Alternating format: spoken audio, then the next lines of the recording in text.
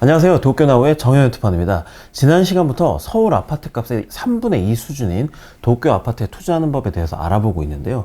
일본에서 제일 비싼 아파트는 얼마쯤 할까요? 일본 최고가 아파트는 도쿄 미나토구 롯본기의 파크맨션 히노키초 공원이라는 7층짜리 최고급 아파트인데요. 최상층 580제곱미터, 176평이 55억엔, 우리 돈으로 571억 원에 거래가 됐습니다.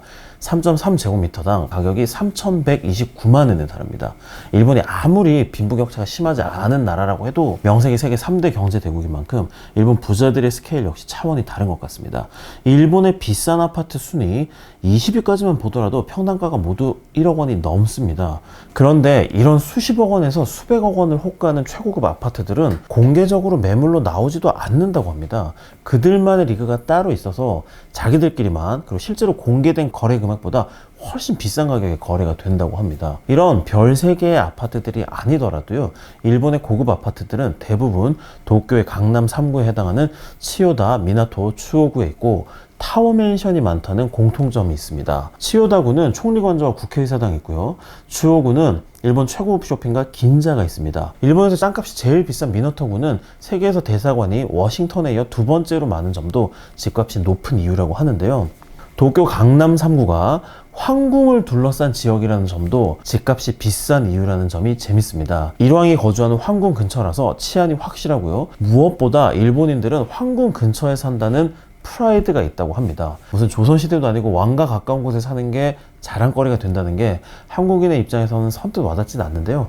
저희는 어디까지나 투자가의 입장에서 접근을 하고 있으니까 수익률을 높일 수 있는 재료라면 반가운 일이겠죠. 지난 시간에 치요다, 미나토, 추오구 등 도심 3구의 연 수익률은 3%대, 시부야, 신주쿠구는 연 4%대 정도를 기대할 수 있다고 소개를 드렸는데요. 수익률만 놓고 보면 도쿄 가장 북쪽 기타구의 아파트는 연 7%까지도 나온다고 합니다. 상대적으로 집값은 싸고 임대료가 높으면 가능한 수치죠. 그런데도 부동산 전문가들이 도심 5구를 추천하는 이유는 임대를 놓기에도, 매각할 때도 도심의 물건이 훨씬 유리하기 때문입니다. 일본 3대 종합부동산 기업 S사의 조민수 거래사께서 지난 시간부터 일본 부동산 투자 제도와 수익률 분석을 해주고 계신데요. 일본에 1억엔에서 1억 5천만 엔짜리 아파트 투자라면 고민할 것도 없이 도쿄 도심 5구의 타워맨션을 추천한다고 합니다. 타워맨션은 20층 이상의 고층 아파트를 말하는데요. 우리나라의 고층 아파트 단지와 달리 일본의 타워맨션은 보통 1개에서 2개 동이 전부입니다. 대신 1개 동이 1000세대 정도가 입주할 정도로 거대합니다. 건물 한 동에 웬만한 읍이나 면의 인구가 사는 셈입니다. 하나의 도시나 다름없는 만큼 건물 안에 슈퍼마켓은 물론 골프 연습장, 도서관, 키즈룸, 게스트하우스 등 각종 편의시설이 다 갖춰져 있습니다. 일본인 대부분은 단독주택이나 층수가 낮은 아파트에 사는데요. 그래서 타워맨션은 일본인들이 평생에 한번 살아보고 싶어하는 동경의 대상이라고 합니다. 최근 일본 경제산업성에 엘리트 공무원 2명이 국민에게 지급할 코로나 지원금 일부를 가로챈 사실이 드러나서 난리가 났었는데요. 이 공무원들의 비리가 꼬리를 잡힌 계기가 공무원 신분으로 타워맨션에 살고 외제차를 굴린다 라는 첩보였다고 합니다. 일본 언론들이 공무원이 타워맨션에 외제차라고 이렇게 대서특필을 하고, 일부에서는 공무원은 타워맨션 살면 안 되냐? 라고 반박하는 총극이 벌어지기도 했는데요. 이 같은 해프닝만 보시더라도 일본에서 타워맨션이 대략 어느 정도의 위상을 가지고 있는지 감이 오시리라고 믿습니다. 전문가들이 도심 5구의 타워맨션을 1순위로 추천한 이유는 명확합니다. 규모도 큰데다 이 부의 상징인 만큼 타워맨션은 미쓰비시 지소, 미쓰이 부동산 등 일본 톱 클래스 건설 회사들이 자사의 이름을 걸고 짓습니다. 게다가 단순히 건물을 짓는 게 아니라 디벨롭먼트, 즉 대형 부동산 프로젝트의 형태로 진행이 됩니다. 주변 일대 토지를 통으로 사서 대형 오피스 빌딩, 종합 쇼핑몰, 호텔, 타워맨션 등을 모두 집어넣어서 도심 하나를 새로 만듭니다. 일본 최고를 자부하는 부동산 대기업들이 자기 브랜드를 내세워 진행하는 프로젝트인 만큼 대부분 도심 1급지에 최고 기술과 최고급 자재를 동원해서 짓는다고 합니다. 역세권, 참고로 일본에서 역세권은 지하철역에서 도보 15분 거리를 말합니다. 역세권인 건 당연하고요. 최근 일본도 부동산 값이 오르면서 꼭지 아니냐라는 전망이 나오는데요. 이 역세권의 고급 아파트, 타워맨션은 거의 유일하게 집값이 계속해서 오를 부동산으로 꼽힙니다. 브랜드 파워뿐 아니라 1000세대가량이 몰려있다 보니까 임대와 매매 모두 언제나 수요와 공급이 충분하고요. 해외 부동산에 투자는 투자가가 가질 수 있는 이 다양한 고민을 한 방에 해결하는 투자 대상이 타워맨션이라는 겁니다. 일본 부동산을 고를 때는 의뢰 1LDK, 2LDK 같은 용어부터 배우는데요. 이 제일 앞에 숫자는 방의 개수, L은 리빙, 거실, D는 다이닝룸, K는 키친, 주방을 말합니다. 하지만 투자 목적의 임대용 부동산을 고를 때는 이 같은 용어를 무시하셔도 된다고 합니다. 집의 구조보다 투자 예산에 맞는 입지와 평당 가격, 수익률을 따져야 한다는 거죠. 같은 1억엔짜리 아파트라도 로폰기나 히노키초 공원 같은 최고급 주택가라면 1LDK가 될 수 있고요. 도심이라도 상대적으로 싼 지역이라면 3LDK가 될 수도 있다는 겁니다. 자기가 살 집을 고르는 게 아니라 투자 수익률을 극대화하는 게 목적이니까요. 일본 도심의 가장 전형적인 타워맨션은 70에서 80제곱미터 2LDK라고 합니다. 투자 대상 선정의 마지막 단계로 준공한 지 1년이 안 되는 신축 아파트를 살 것이냐, 중고 아파트에 투자할 것이냐를 선택하셔야 하는데요. 일본은 청약제도가 없기 때문에 우리나라 같이 로또 아파트라는 것은 존재하기가 힘듭니다. 신축과 중고는 각각 장단점이 있습니다. 신축의 가장 큰 장점은 중개 수수료가 들지 않는다는 점입니다. 일본의 중개 수수료는 집값의 3% 플러스 6만엔으로 정해져 있습니다. 1억엔짜리 아파트를 살 경우 306만엔이라는 거금을 아낄 수 있는데요. 대신 새로 생긴 아파트이기 때문에 임차인 모집 기간 동안 투자 수익이 발생하지 않는 리스크를 감수해야 합니다. 일본에서 임차인 모집 기간은 대략 3개월로 잡는다고 합니다. 매월 30만엔가량의 대출 원리금 상환과 수만엔의 관리 비용이 빠져나가는데 3개월 동안 수익이 0이라는 점은 상당한 부담이 아닐 수 없겠습니다. 중고 아파트는 중개 수수료가 드는 대신 이미 임차인이 들어있는 물건을 사는 것이기 때문에 투자와 동시에 수익이 발생한다는 이점이 있습니다. 다음은 투자 후 수익이 발생하는 원천이죠. 이 임대에 대해서 알아보겠습니다. 일본의 임대 계약은 보통 임대차 계약과 정기 임대차 계약으로 나뉩니다.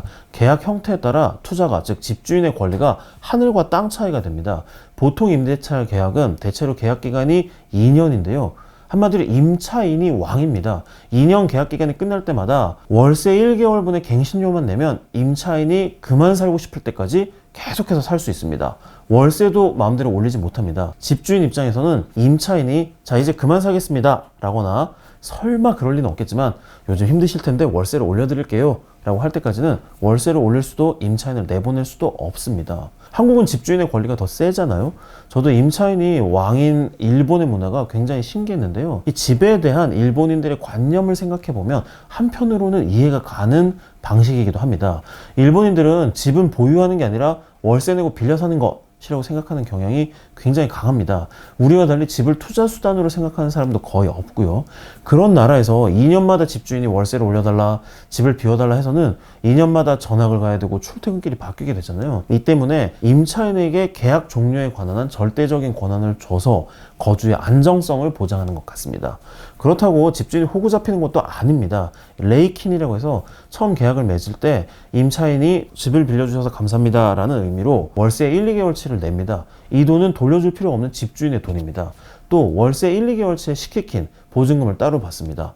우리나라는 임대계약이 끝나면 보증금을 돌려주는 게 관리잖아요.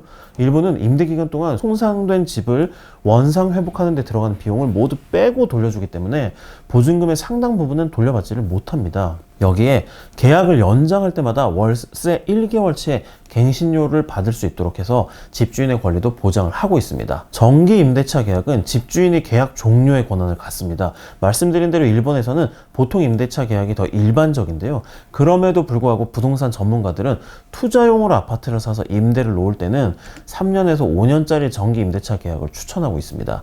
지금처럼 집값이 오르는 때라면 계약을 갱신할 때 갱신료뿐 아니라 임대료를 올려받을 수도 있기 때문입니다. 물론 해외 부동산 임대가 말처럼 쉽지 않을 수 있습니다.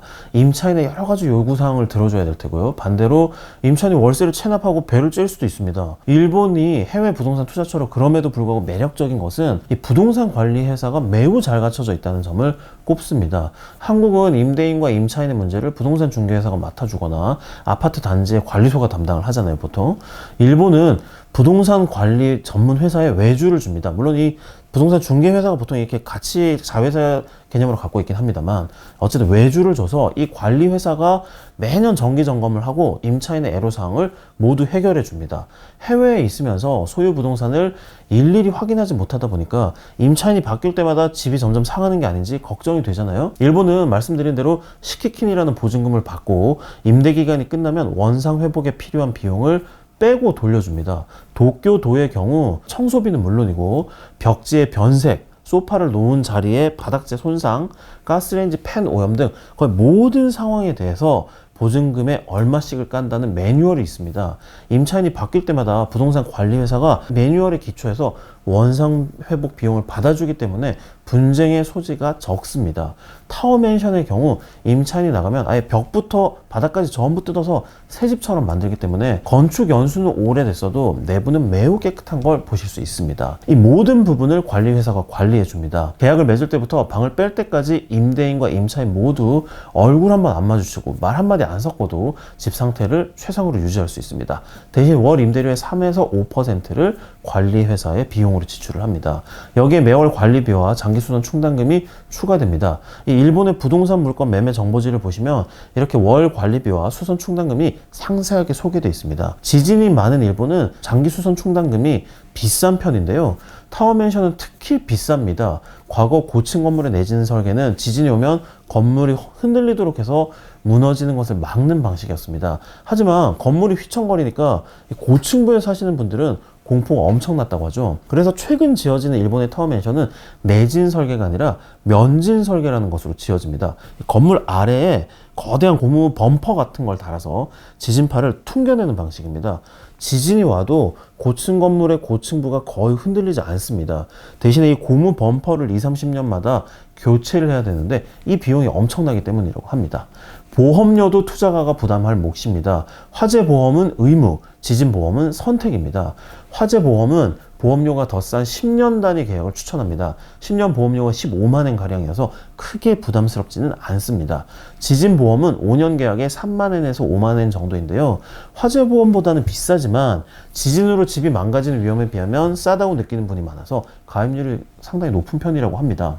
관리회사 비용, 관리비, 충당금, 보험료 등의 비용을 감안하면 연수익률이 0.5%가량 낮아진다는 점 지난 시간에 설명드렸습니다. 자, 월세 체납도 걱정이 없습니다. 임차인은 임대차 계약을 맺을 때 보증회사를 반드시 껴야 됩니다.